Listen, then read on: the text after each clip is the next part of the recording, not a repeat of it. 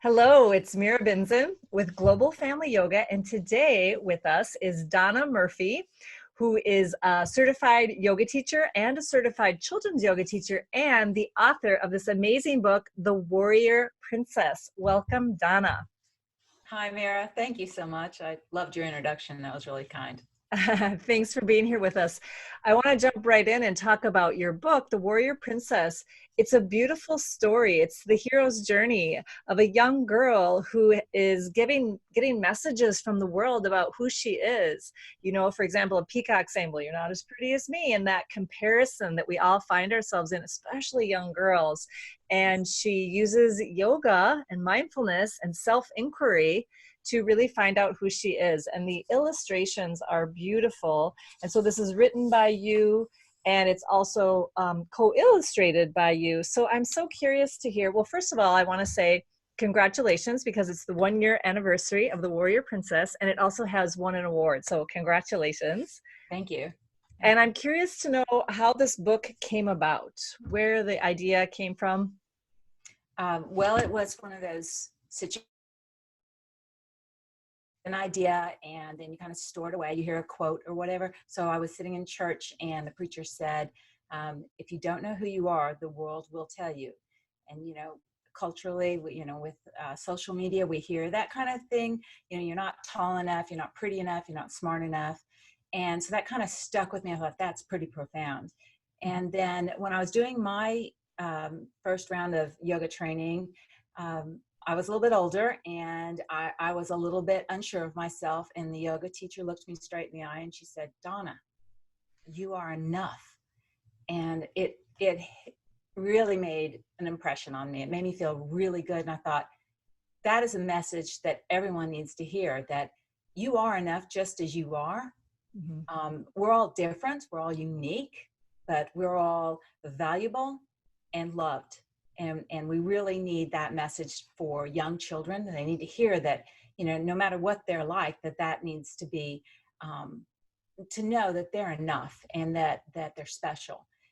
So then fast forward it to the children's yoga training that I took. I looked all over the nation trying to find the best in the nation, and I came across Global Family Yoga, and I was excited to meet you and be a part of that training.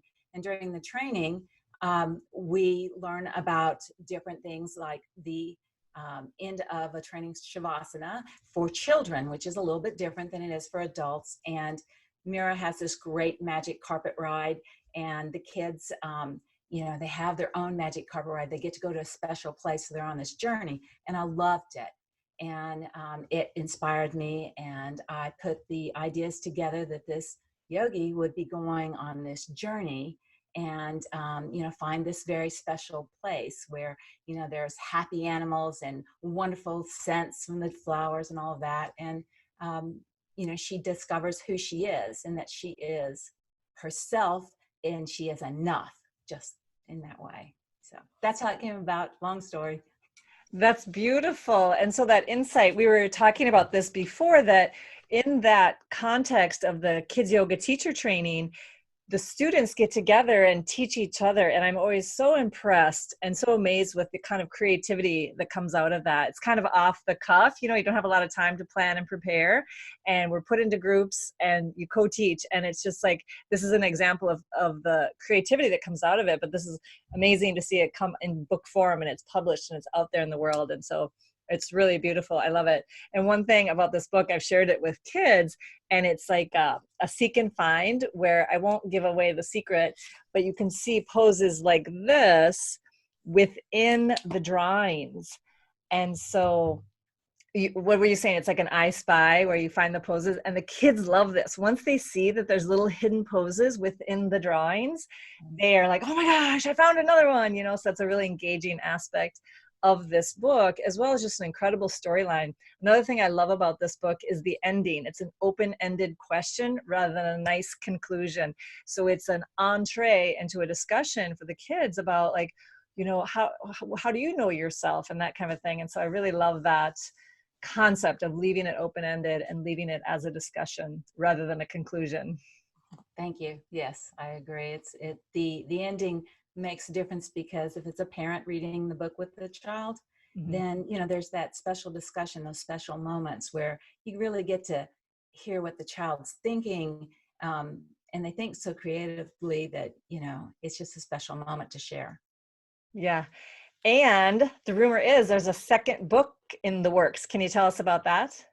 Yes. So during some different events, I've had parents come up to me and say, "So, do you have a book that has a a boy as the hero of the story?" And I said, "I've got one. It's just not finished illustrated yet, and so that's what I'm working on right now."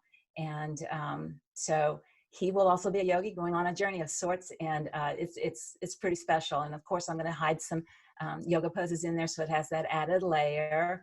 And in the back of the book, there's the pronunciation for the different poses. And I always liked when I was younger, when I saw a word that was kind of different, just to have that. So the book does have different layering. So the words that they will have the poses in Sanskrit, but also to be able to pronounce it is it's pretty cool to have that back there for that child who might be into more than just the story. It's just more layers. Yeah, and we know from teaching kids yoga, right, that the children do love to hear the Sanskrit words and try to pronounce the Sanskrit words. We wouldn't teach the whole class using the Sanskrit word of every pose, but every now and again we throw in and like, oh, what's that? This natural curiosity that kids have and this openness as their brains are just blossoming and blossoming and they're learning so much. So incorporating the Sanskrit is a nice layer for the older kids. And then it's also got these beautiful pictures for the younger kids. So it's a wide age range that will enjoy this book. Yes. Yeah. Thank you. And you also teach family yoga, right? Or you were We asked to teach a family yoga class. How did that go? It was a lot of fun. We were initially a little bit intimidated by the fact that we would not know the ages. It was open to all ages, and we didn't know how many people were going to show up. It was an event in Nashville for a health and wellness event in January, and we had 21 people show up, and our space wasn't that big, so that was nice because it was pretty much wall-to-wall mats. And so I went to the Ohana web part of your website because I thought Mira has taught plenty of family yoga classes. I'm going to brush up and get a few tips. And so we did the down dog tunnel. They loved it. Lizard on a rock. They loved that one too. And one of the funniest ones was milkshake, right at the beginning. In milkshake, you're doing some twisting and you're adding some ingredients. And there was a little girl there who we were calling out what we wanted in there. And she said she wanted some sprinkles in there. So her dad says, "Sprinkles," he calls that out across the room. And so we're doing well, and everybody's, "Oh, I want blueberries," and someone wanted chocolate. And I said, "Anything else?" And then I could see her whispering to her dad, and he says, "More sprinkles." And so, we had a really good time. I wanted them to love it. And since this was going to be their first foray into, yoga and yoga with their children, I wanted them to have that special time, that special connection, just even with partner poses that you're touching, and, you're having these moments of fun and joy. You make children's yoga classes fun. It's so different than adult classes in that, you're not worried about the perfectness of the pose. You're not worried about that at all. You're more interested in everyone kind of having fun. And anyway, so it was great fun. And I'm indebted to the Ohana membership because that really helped me a lot. Well, Thank that's you. great. I'm glad you find that a valuable resource. We're very happy to offer it. And such a great point that you made about kids yoga classes and family yoga classes, which are very much like kids yoga classes in that they're tailored for fun and engagement and interaction. And also, we're not just having fun. We're having fun in the context of teaching these kids valuable life skills via the breath regulation, guided relaxation, and yoga postures that come from yoga. And so it looks like fun and games, but we know beneath all of that, there's a real science of consciousness that's helping these children develop self-regulation tools for life. And so I love that you went out there and taught a family yoga class when it can be challenging because you have a wide variety of ages. Oftentimes you don't know ahead of time. Right. And you've got parents with different levels of ability and interest. I was teaching a family yoga class one time, and a family walked in, mom and dad and 3 kids, and I greeted the dad, and he's like, I had no idea I was coming to a yoga class. My wife just said, put on your tracksuit and get in the car. And I said, don't worry, I'll take care of you. It's going to be fine, right? So he showed up not even knowing he was coming to a yoga class. And so we really need to accommodate so many different kinds of students, but ultimately it's such a great experience for everybody. So that challenge that we as teachers face is so worth it because of the benefit the families that we share it with experience. Right. So yay, glad you did that. Yes, that's the most valuable thing is that they take away something, and besides enjoying it, that they do take away, these tools that will help them through the rest of their life. It sets a foundation for them. Yeah. One of the best parts of connecting in family yoga is that they can take these tools home and practice them, whatever breathing techniques, and this is a great foundation for kids to later on be preparing for tests, or, if they're anxious, maybe they're going to do a speech or something, just getting up in front of the class. And this helps them. The breath awareness is fantastic. We did the flower hands breath, and we also did elevator breath, and all of those are such great tools for children to make that connection.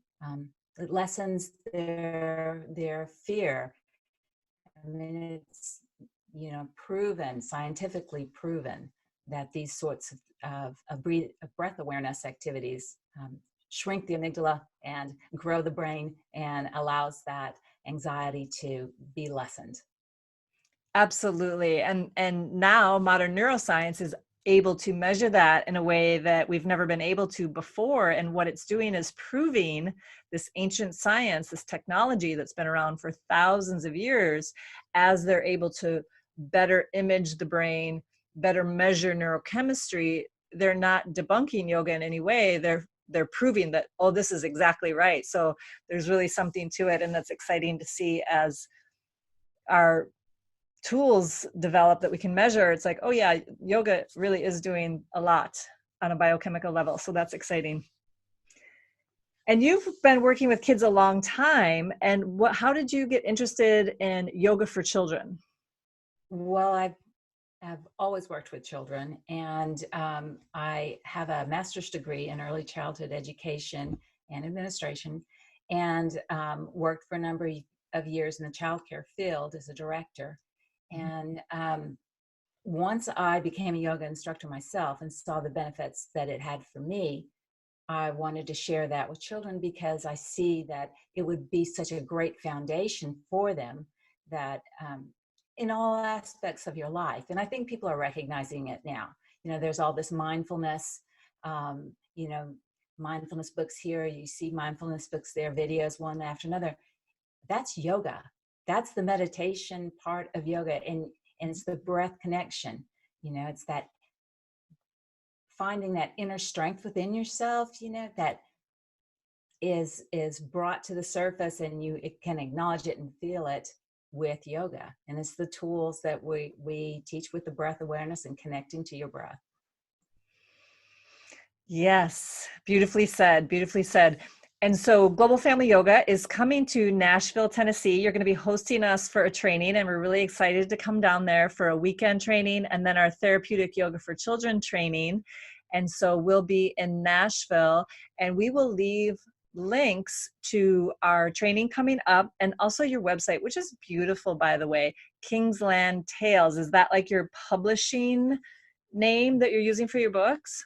Yes. Yes. Okay, great. So we'll leave a link for the book so people can find The Warrior Princess and sign up for your email list to get notified of the next book when that comes out. Okay, that would be great. Yes. Okay, great. Thank you so much for taking the time to join us. And thank you for putting this really beautiful piece of art out into the world to support kids and families at home and sharing the practice of yoga through this tale of the Warrior Princess. Thank you, Mira.